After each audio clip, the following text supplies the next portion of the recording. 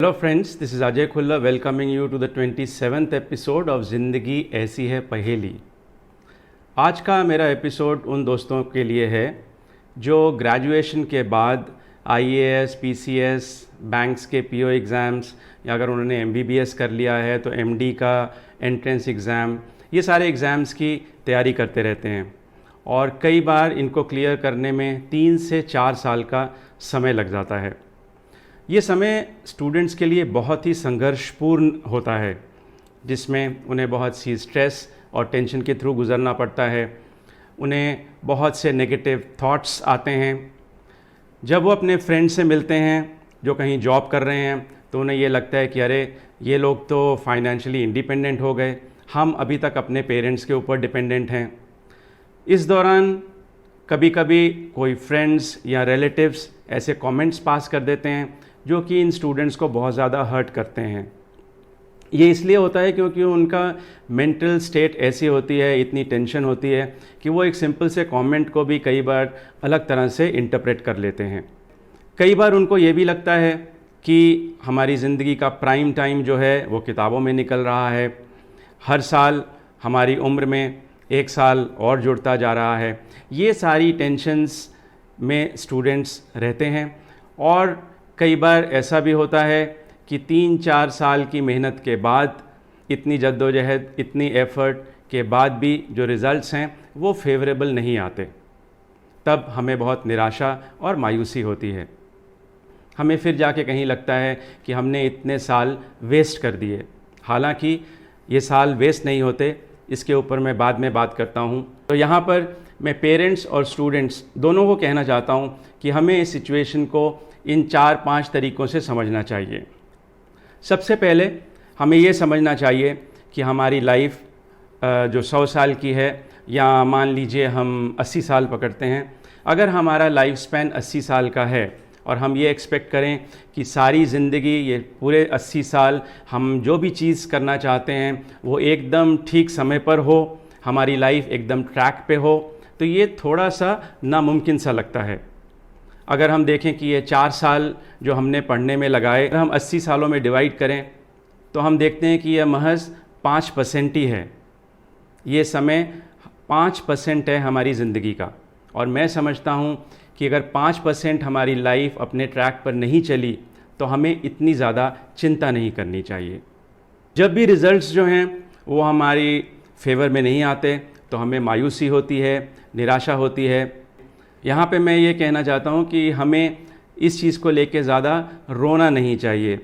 यहाँ पे मेरा रोने से मतलब है कि हमें हर समय ये नहीं सोचते रहना चाहिए कि मेरे साथ ऐसा क्यों हुआ, मेरी किस्मत ख़राब है, मेरे दोस्तों का सिलेक्शन कैसे हो गया, उन्होंने मुझसे कम पढ़ा था, वगैरह वगैरह।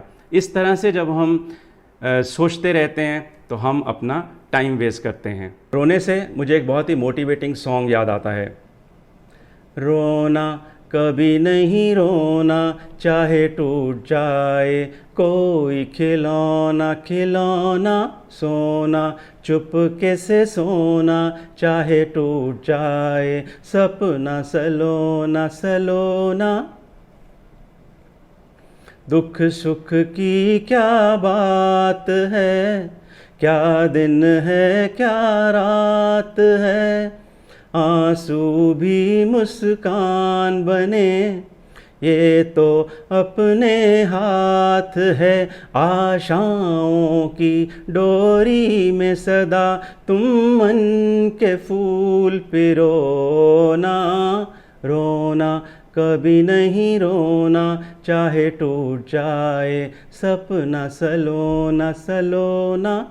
आप ये कह सकते हैं कि ये सब कहना बहुत आसान है, लेकिन जब हम इन चीज़ों को फेस करते हैं तो हमारे लिए ये पॉसिबल नहीं होता।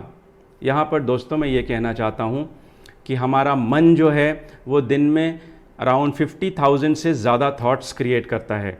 इसमें पॉजिटिव और नेगेटिव थॉट्स दोनों होते हैं।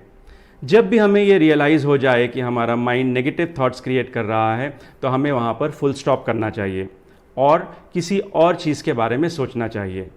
जब इस तरह से हम प्रैक्टिस करेंगे तो हम ये जानेंगे कि कुछ देर के बाद हम अपने थॉट्स को कंट्रोल कर पा रहे हैं, यानी कि हम अपने माइंड को कंट्रोल कर पा रहे हैं। फिर हम जो भी थॉट्स के बारे में सोचना चाहते हैं हम वही थॉट्स अपने माइंड से क्रिएट करेंगे।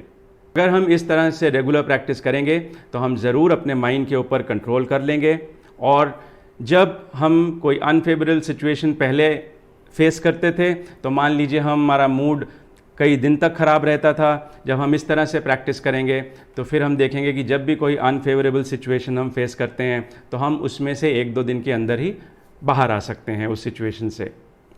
यहाँ पर मैं पेरेंट्स को भी कहना चाहता हूँ कि जब हमारे बच्चे ऐसी सिचुएशन में हों तो पेरेंट्स को बच्चों का पूरा साथ देना चाहिए। जब पेरेंट्स बच्चों का साथ देते हैं तो बच्चों का उत्साह बढ़ता है, वो इमोशनली ज़्यादा स्ट्रॉन्ग हो जाते हैं और अपनी सिचुएशन से जल्दी बाहर आ जाते हैं। दूसरा पॉइंट जो मैं कहना चाहता हूँ वो ये है कि हम सबको समझना चाहिए कि हमारी लाइफ कोई रॉकेट नहीं है जिसका कि जब से रॉकेट लॉन्च होता है और जब तक उसका मिशन कंप्लीट होता है तो वो सारी ट्रैजेक्टरी जो है उसकी प्री डिटरमाइंड होती है, फिक्स्ड होती है, और किसी भी समय हम सेकंड के हिसाब से बता सकते हैं कि ये रॉकेट इस समय कहाँ पर होगा। हमारी लाइफ में बहुत ढेर सारे वेरिएबल्स हैं, कुछ वेरिएबल्स हमारे कंट्रोल में हैं और कुछ वेरिएबल्स जिनको हम कंट्रोल नहीं कर सकते, और ये वेरिएबल्स जब हमारी लाइफ में इंटरैक्ट या इंटरफेयर करते हैं तब हमारे जीवन की दिशा और दशा दोनों बदल जाती है। अभी हाल में आपने देखा ही होगा कि किस तरह से कोरोना में सारी वर्ल्ड ने करीब 1 से 1.5 साल खोया है। फिर अगर हम अपने अगल बगल नज़र दौड़ाएं तो हमारे पास एग्ज़ाम्पल्स हैं। आज जो लोग सक्सेसफुल हैं उन्होंने भी किसी समय अपने संघर्ष के दौरान जब वो स्ट्रगल कर रहे थे लाइफ में तो उन्होंने भी अपना कोटा फेलियर्स और रिजेक्शन का पूरा बेयर किया है। अगर हम एग्ज़ाम्पल लें अमिताभ बच्चन जी का, जो कि अपनी आवाज़ और एक्टिंग के लिए माने जाते हैं, ऑल इंडिया रेडियो ने शुरू के दिनों में उनको उनकी आवाज़ के लिए ही रिजेक्ट कर दिया था। दूसरा एग्ज़ाम्पल अगर हम स्टीव जॉब्स का लें, जिनको कि एक फैमिली ने अडॉप्ट किया, उनका भी बचपन बहुत स्ट्रगल्स के साथ बीता। तो दोस्तों, हमें कभी भी हिम्मत हारनी नहीं चाहिए। चौथा पॉइंट मैं ये कहना चाहता हूँ कि हम जब आम भाषा बोलते हैं तो हम अपने वर्ड्स पर उतना ज़्यादा ध्यान नहीं देते। हमारे वर्ड्स हमारे ऊपर और दूसरों के ऊपर बहुत ज़्यादा इफ़ेक्ट करते हैं। जैसे जब आप कहते हैं कि हमारा सिलेक्शन नहीं हुआ, जीवन के 3 या 4 साल वेस्ट हो गए, तो हमें ये समझना चाहिए कि यहाँ पर जो वेस्ट वर्ड है वो ठीक नहीं है। हमारे जीवन के ये साल वेस्ट नहीं हुए, हमने इसमें बहुत कुछ सीखा है। हमने इतनी ज़्यादा मेहनत की, हार्ड वर्क किया, हम इतने इमोशनली स्ट्रॉन्ग हुए, हमने इतने ज़्यादा कॉम्पिटिशन में पार्टिसिपेट किया, हमारा नॉलेज बेस इंक्रीज़ हुआ, हमारा इतना ज़्यादा एक्सपीरियंस हुआ। ये सारी चीज़ें हमारी पर्सनालिटी को निखारती हैं। हाँ, एंड रिज़ल्ट हमारे मुताबिक नहीं आया, लेकिन इसका ये मतलब नहीं है कि हमारे ये सारी जो टाइम है 3 से 4 साल ये हमारा वेस्ट हुआ है। हमने इसमें बहुत सी चीज़ों को सीखा है जो हमें जीवन में बाद में काम आने वाली हैं। 5वां पॉइंट मैं ये कहना चाहता हूँ कि मैं समझता हूँ हमारी सक्सेस इसके ऊपर डिपेंड करती है कि हम अपने को जिस भी सिचुएशन में पाएँ, पहले हम एक्सेप्ट करें कि हाँ हम इस सिचुएशन में हैं, और अगर वो सिचुएशन हमारे लिए अनफेवरेबल है तो हम अपनी सारी एनर्जी को फोकस करें कि हम किस तरह से मेहनत करके उस सिचुएशन से अपने को बाहर निकाल सकें। ज़रूरी नहीं है कि हमें जो अच्छा लगता हो अगर वो हमको मिल जाए तो वही हमारे लिए अच्छा है।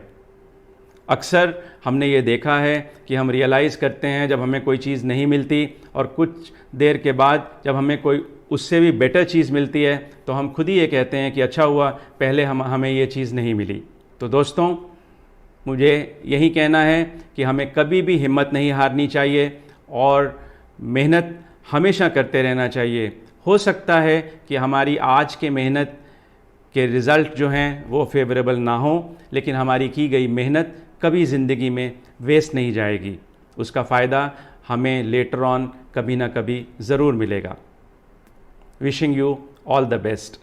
दोस्तों, अगर आपको ये एपिसोड अच्छा लगा तो इसे ज़रूर लाइक करें, शेयर करें और चैनल को ज़रूर सब्सक्राइब करें। See you next time. Thank you.